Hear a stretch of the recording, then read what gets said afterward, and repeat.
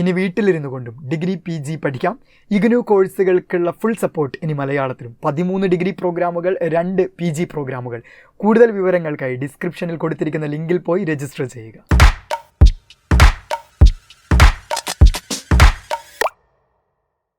പഠിച്ച കാര്യങ്ങളൊക്കെ നമ്മുടെ മെമ്മറിയിൽ സൂക്ഷിച്ചു വയ്ക്കാനും അത് ആവശ്യാനുസരണം റീകോൾ ചെയ്യാനും, അതായത് ഇപ്പോൾ ഒരു എക്സാം എഴുതുമ്പോഴോ അല്ലെങ്കിൽ ഒരു ടെസ്റ്റ് പേപ്പറിൽ പങ്കെടുക്കുമ്പോഴോ അല്ലെങ്കിൽ ഏതെങ്കിലും ഒരു ക്വിസിൽ പങ്കെടുക്കുമ്പോഴോ ഇങ്ങനെയുള്ള സന്ദർഭങ്ങളിൽ നമ്മൾ ആ മെമ്മറിയിൽ സൂക്ഷിച്ചു വെച്ചിരിക്കുന്ന കാര്യങ്ങൾ പുറത്തെടുക്കുക എന്ന് പറയുന്നത് ഒരു ഭയങ്കര ഡിഫിക്കൽട്ടായിട്ടുള്ള ഒരു ടാസ്ക്കാണ്. അതെന്തുകൊണ്ടാണ് അത് ചെയ്യാൻ പറ്റാത്തത്? പ്രോപ്പറായിട്ടുള്ള ഒരു സ്റ്റഡി മെത്തേഡ് നമ്മൾ ഉപയോഗിക്കാത്തത് കൊണ്ടാണ്, അല്ലെങ്കിൽ ഫോളോ ചെയ്യാത്തത് കൊണ്ടാണ്.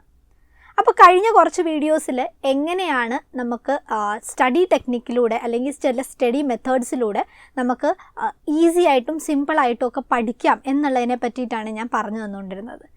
സോ ഇന്ന് ഞാൻ മറ്റൊരു ഇൻട്രസ്റ്റിംഗ് ആയിട്ടുള്ള ഒരു സ്റ്റഡി ടെക്നിക്കുമായിട്ടാണ് വന്നിരിക്കുന്നത്, PQ4R method. Hi hello, welcome to Learnwise. അപ്പോൾ നമുക്ക് IGNOU സിമ്പിളായി പഠിച്ചാലോ? പഠിച്ച കാര്യങ്ങളെ ഓർത്തെടുക്കാനും റീഡിംഗ് കോംപ്രിഹെൻഷനും ഒക്കെ സഹായിക്കുന്ന ഒരു 6 സ്റ്റെപ്പ് പ്രൂവൺ ആയിട്ടുള്ള റീഡിംഗ് ആൻഡ് സ്റ്റഡി സ്ട്രാറ്റജിയാണ് PQ4R മെത്തേഡ് എന്ന് പറയുന്നത്. 1972 EL തോംസണും HA റോബിൻസണും ഇങ്ങനെ 2 പേര് കൂടി ചേർന്ന് ഉണ്ടാക്കിയിട്ടുള്ള ഒരു മെത്തേഡ്, ഒരു സ്റ്റഡി ടെക്നിക്കാണ് ഈ ഒരു PQ4R മെത്തേഡ് എന്ന് പറയുന്നത്. അപ്പോൾ നമ്മൾ ഓൾറെഡി SQ3R മെത്തേഡിനെ പറ്റി പഠിച്ചിരുന്നു അല്ലേ? എങ്ങനെയാണ് അതിനെ നമുക്ക് എക്സാമിലേക്ക് അല്ലെങ്കിൽ നമ്മുടെ പഠന രീതിയിലേക്ക് കൊണ്ടുവരാൻ സാധിക്കുന്നത് എന്നുള്ളതിനെ പറ്റിയിട്ട് ഞാൻ പറഞ്ഞു തന്നിട്ടുണ്ടായിരുന്നു. ആ വീഡിയോ നിങ്ങൾ കണ്ടിട്ടില്ലാത്തവരാണെന്നുണ്ടെങ്കിൽ തീർച്ചയായിട്ടും ആ വീഡിയോ പോയി കാണുക. അപ്പം അതിൽ നമ്മൾ ഡീറ്റെയിൽ ആയിട്ടുള്ള കാര്യങ്ങളെല്ലാം പറഞ്ഞിട്ടുണ്ട്. ആ സെയിം മെത്തേഡ് തന്നെയാണ് നമ്മൾ ഈ PQ4Rലും ഉപയോഗിക്കുന്നത്. പക്ഷേ സ്ലൈറ്റ് ആയിട്ടുള്ള ചെറിയ ചെറിയ ഡിഫറൻസസ് മാത്രമേ ഇതിൽ വരുന്നുള്ളൂ. പക്ഷേ ഇതും വളരെ ഇൻട്രസ്റ്റിംഗ് ആയിട്ടുള്ള രീതിയിലാണ് ഓർഗനൈസ് ചെയ്തിരിക്കുന്നത്. അപ്പം ഈ ഒരു മെത്തേഡ് നമ്മളുടെ സ്റ്റഡീസിലേക്ക്, പഠന രീതിയിലേക്ക് കൊണ്ടുവരികയാണെന്നുണ്ടെങ്കിൽ നിങ്ങൾക്ക് തന്നെ ആ ഒരു ഡിഫറൻസ് ഒരു കുറച്ച് നാളുകൾക്ക് ശേഷം കാണാനായിട്ട് സാധിക്കുന്നതാണ്. നമ്മൾ പൊതുവെ എന്ത് കാര്യങ്ങളും പഠിച്ചാലും എക്സാമിനെ മാത്രം ഫോക്കസ് ചെയ്താണ് പഠിക്കുന്നത്. അത് ഞാൻ കഴിഞ്ഞ വീഡിയോയിലും പറഞ്ഞിരുന്നു. അപ്പോൾ നമ്മൾ അങ്ങനെ മാത്രം പഠിക്കുമ്പോൾ സംഭവിക്കുന്നത് എന്താണ്? നമ്മളത് ഷോർട്ട് ടേം മെമ്മറിയാണ്. എക്സാം കഴിഞ്ഞു നമ്മളതെല്ലാം തന്നെ മറന്നു പോകും. പക്ഷെ നമുക്ക് ആവശ്യമുള്ളത് ആ പഠിച്ച കാര്യങ്ങൾ നമുക്ക് ഏതൊരു സമയവും നമുക്ക് ഓർത്തെടുക്കാൻ സാധിക്കണം. ആ രീതിയിൽ നമ്മുടെ ബ്രെയിനിനെ നമ്മൾ പ്രിപ്പയർ ചെയ്തെടുക്കണം. ആ രീതി എങ്ങനെയാണ് ചെയ്യേണ്ടതെന്നുള്ളതാണ് ഈ പല സ്റ്റഡി ടെക്നിക്കിലൂടെ നമുക്ക് ചെയ്യാനായിട്ട് സാധിക്കുന്നത്. സോ നിങ്ങൾ ഈ ഒരു സ്റ്റഡി മെത്തേഡുകളെല്ലാം തന്നെ നിങ്ങളുടെ പഠന രീതിയുമായി അല്ലെങ്കിൽ ഒരു നാച്ചുറൽ ഹാബിറ്റായി കൊണ്ടുവരാണെന്നുണ്ടെങ്കിൽ തീർച്ചയായും നല്ലൊരു ഔട്ട്പുട്ടായിരിക്കും നിങ്ങൾക്ക് ഇതിൽ നിന്നും ലഭിക്കുന്നത്. സോ നമുക്ക് PQ4R മെത്തേഡിനെ പറ്റി കുറച്ച് ആഴത്തിൽ അറിയാം. സോ SQ3R എന്ന് പറയുന്നത് പോലെ ഇവിടെ PQ4R ആണ്. P for preview, Q for question and 4 ആറുകളാണ്. കഴിഞ്ഞതിൽ നമുക്ക് 3 ആറുകളായിരുന്നു, ഇതിൽ 4 ആറുകളാണ്. Read, reflect, recite and review. അപ്പോൾ ഈ PQ4Rലെ ഓരോന്നിനെയും നമുക്ക് ഓരോന്നായിട്ട് തന്നെ പരിചയപ്പെടാം. So the first one, preview. നമ്മൾ ഒരു മൂവി കാണുന്നതിന് മുമ്പ് അതിൻ്റെ ട്രെയിലർ പോയിരുന്നു കാണും. എന്തിനാണ്? നമുക്ക് ആ മൂവിയെ പറ്റിയിട്ടുള്ളൊരു ഔട്ട്കം കിട്ടാൻ, ഒരു ഓവർവ്യൂ കിട്ടാൻ വേണ്ടിയിട്ട്, എന്താണ് ആ മൂവിയിൽ നടക്കാൻ പോകുന്നതെന്ന്. പക്ഷേ അതുമായിട്ട് യാതൊരു ബന്ധവും ഇല്ലായിരിക്കും, അല്ലെങ്കിൽ അതുമായിട്ട് ഒരുപാട് ഡിഫറെൻ്റ്, അതിൻ്റെ വൈഡായിട്ടുള്ളൊരു കാര്യമാണ് നമ്മൾ മൂവിയിൽ കാണുന്നത്. പക്ഷേ എന്നാലും നമുക്ക് ഓവർവ്യൂ കിട്ടിക്കഴിഞ്ഞ് കഴിഞ്ഞാൽ ആ മൂവി കാണുന്നതിനെ പറ്റിയിട്ട് നമുക്ക് കുറച്ച് കോൺസെപ്റ്റുകളൊക്കെ വരും. സോ അതാണ് നമുക്ക് ഈ പ്രിവ്യൂ എന്ന് പറയുന്നത്. അതായത് നമ്മൾ പഠിക്കാൻ പോകുന്നതിന് മുമ്പായിട്ട് എന്താണ് പഠിക്കാൻ പോകുന്നതെന്നുള്ളതിനെ പറ്റിയിട്ടുള്ളൊരു ഓവർവ്യൂ കിട്ടുക. സോ അതിനായിട്ട് നമ്മൾ SQ3Rൽ ഉപയോഗിച്ച അതേ കാര്യം തന്നെയാണ് സർവേ ചെയ്യുന്നത് പോലെ തന്നെ ഇവിടെ പ്രീവ്യൂ ചെയ്യുകയാണ്. അതായത് നമ്മൾ ഇപ്പം നമ്മളുടെ ഏതെങ്കിലും ഒരു ചാപ്റ്റർ ആണെന്നുണ്ടെങ്കിൽ ആ ചാപ്റ്ററിൻ്റെ ഹെഡിങ്, സബ് ഹെഡിങ്, ചാർട്ട്സ്, പല തരത്തിലുള്ള ചിത്രങ്ങൾ, ഗ്രാഫുകൾ, ഇൻട്രൊഡക്ഷനുകൾ, ഇതിൻ്റെ ഇൻട്രൊഡക്ഷൻ ഉണ്ടാവും, പിന്നെ ഏറ്റവും ലാസ്റ്റിൽ ചിലതിൻ്റെ സമ്മറീസ് ഉണ്ടാവും, ഇങ്ങനെ പല കാര്യങ്ങളുണ്ടാവും. അപ്പം ഇതിനെയെല്ലാം കൂടി നമ്മളൊന്ന് വായിച്ചു നോക്കുന്നു. അതിൻ്റെ ഹെഡിങ്സ് മാത്രം നമ്മളൊന്ന് റഫായിട്ടൊന്ന് നോക്കിപ്പോകുന്നു. ആൻഡ് ചെറിയ രീതിയിലുള്ള നോട്ട്സ് നമുക്ക് അതിൽ നിന്നും കിട്ടിയ കാര്യങ്ങൾ മാത്രം നമ്മൾ ജസ്റ്റ് നോട്ട്സുകളായിട്ട് എഴുതുന്നു. ഈ ഒരു സംഭവത്തിനെയാണ് നമ്മൾ പ്രിവ്യൂ എന്ന് പറയുന്നത്. സോ പ്രിവ്യൂവിന് ശേഷം അടുത്തത് വരുന്നതാണ് ക്വസ്റ്റ്യൻ.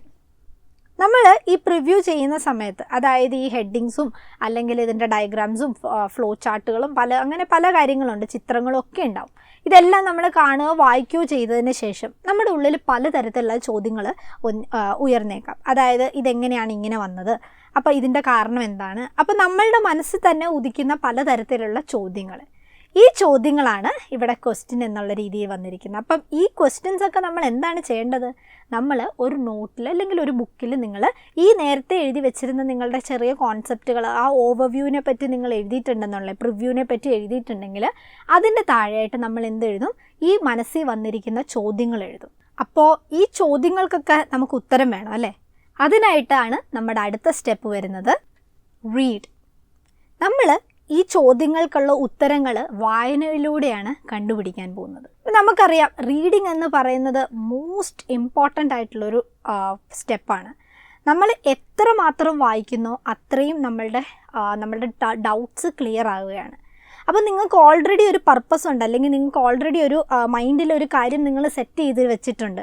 നിങ്ങൾ പ്രിവ്യൂ ചെയ്തും നിങ്ങളുടെ ക്വസ്റ്റ്യൻസും ഇതെല്ലാം കൂടെ ചേർത്തിട്ട് നിങ്ങൾക്ക് ഏകദേശം ഒരു കോൺസെപ്റ്റ് ഉണ്ട്. ആ കോൺസെപ്റ്റിനെ ഒന്ന് ക്ലിയർ ചെയ്യാൻ വേണ്ടിയിട്ടാണ് നമ്മൾ ഈ റീഡിംഗ് എന്ന് പറയുന്ന സ്റ്റെപ്പ് യൂസ് ചെയ്യുന്നത്. സോ ഈ ഒരു സ്റ്റെപ്പ് ഞാൻ പറഞ്ഞ പോലെ വളരെ ഇമ്പോർട്ടൻ്റ് ആയിട്ടുള്ളൊരു സ്റ്റെപ്പാണ്. ഇതിൽ ഏറ്റവും കൂടുതൽ വേണ്ട ഒരു കാര്യം എന്ന് പറയുന്നത് നമ്മുടെ കോൺസെൻട്രേഷനാണ്. വളരെ അലേർട്ടായിട്ടും അറ്റൻറ്റീവായിട്ടും വേണം നമ്മൾ ആ ബുക്ക് ഇരുന്ന് വായിക്കാൻ.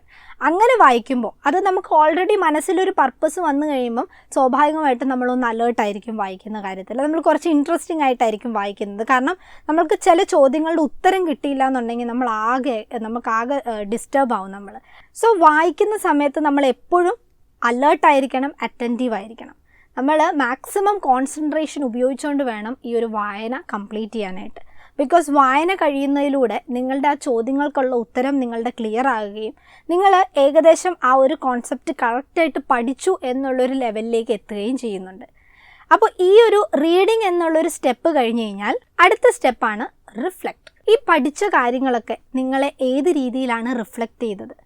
നിങ്ങളുടെ ക്വസ്റ്റ്യൻസിൻ്റെ ഒക്കെ ഉത്തരം നിങ്ങൾക്ക് കിട്ടിയോ? ഏതെങ്കിലും ക്വസ്റ്റ്യൻസിൻ്റെ ഉത്തരം കിട്ടാത്തതായിട്ടുണ്ടോ? ഇങ്ങനെയുള്ള കാര്യങ്ങളാണ് റിഫ്ലക്റ്റിൽ വരുന്നത്.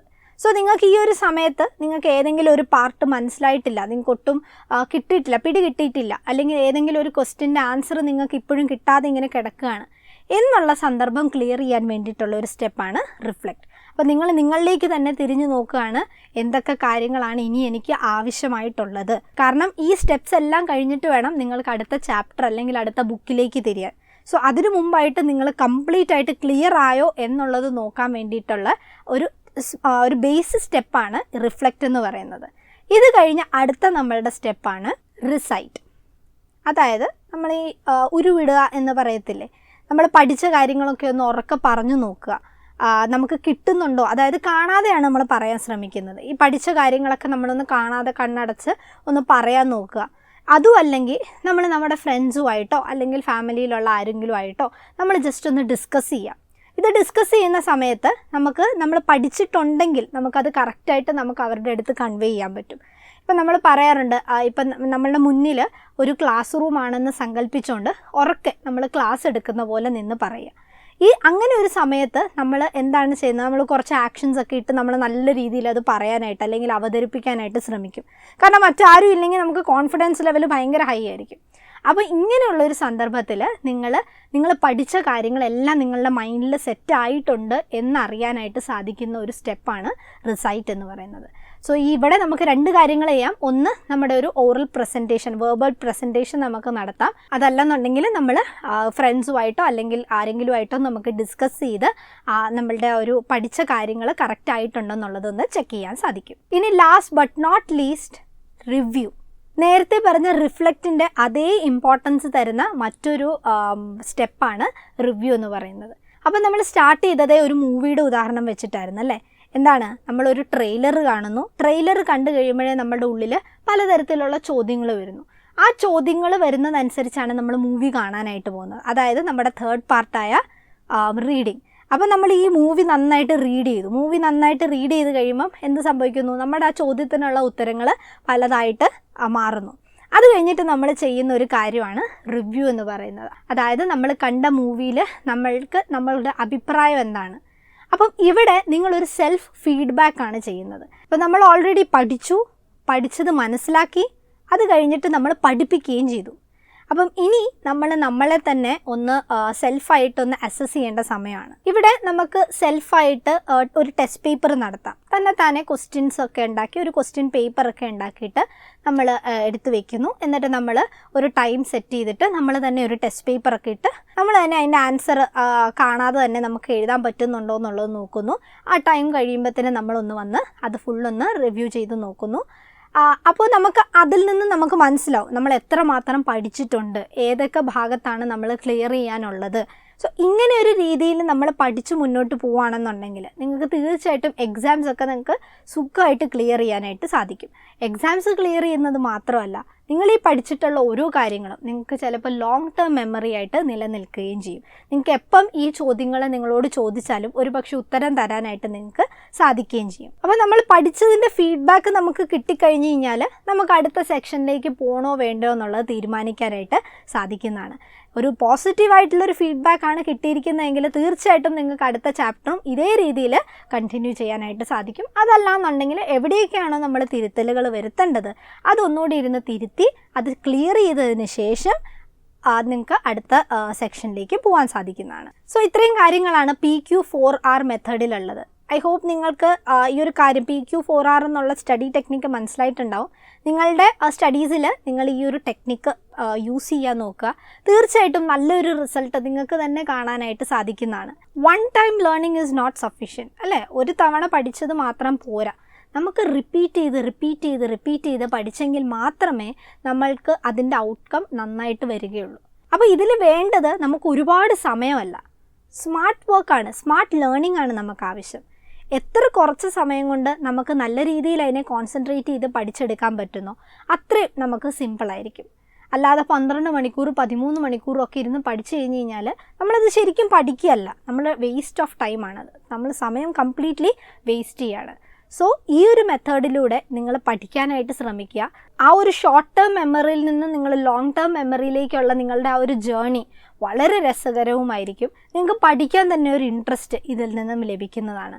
സോ ഇതുമായി റിലേറ്റഡ് നിങ്ങൾക്ക് എന്തെങ്കിലും ഡൗട്ട്സ് ഉണ്ടെന്നുണ്ടെങ്കിൽ എങ്ങനെയാണ് പഠിക്കേണ്ടത്, അല്ലെങ്കിൽ ഇപ്പോൾ പറഞ്ഞു തന്നതിലും ചിലപ്പോൾ നിങ്ങൾക്ക് ഡൗട്ട്സ് ഒക്കെ വന്നേക്കാം. അപ്പോൾ നിങ്ങളുടെ എല്ലാ ഡൗട്ട്സും നിങ്ങൾ കമൻറ്റ് ബോക്സിലൂടെ ചോദിക്കുക. എല്ലാ ഡൗട്ട്സും നമ്മൾ ക്ലിയർ ചെയ്ത് തരുന്നതായിരിക്കും. സോ നിങ്ങൾക്ക് ഈ വീഡിയോ ഹെൽപ്ഫുൾ ആയി എന്ന് ഞാൻ കരുതുന്നു. അപ്പോൾ മറ്റൊരു ഇൻട്രസ്റ്റിംഗ് സ്റ്റഡി ടെക്നിക്കുമായി ഞാൻ വീണ്ടും വരും. അതുവരെ ബൈ.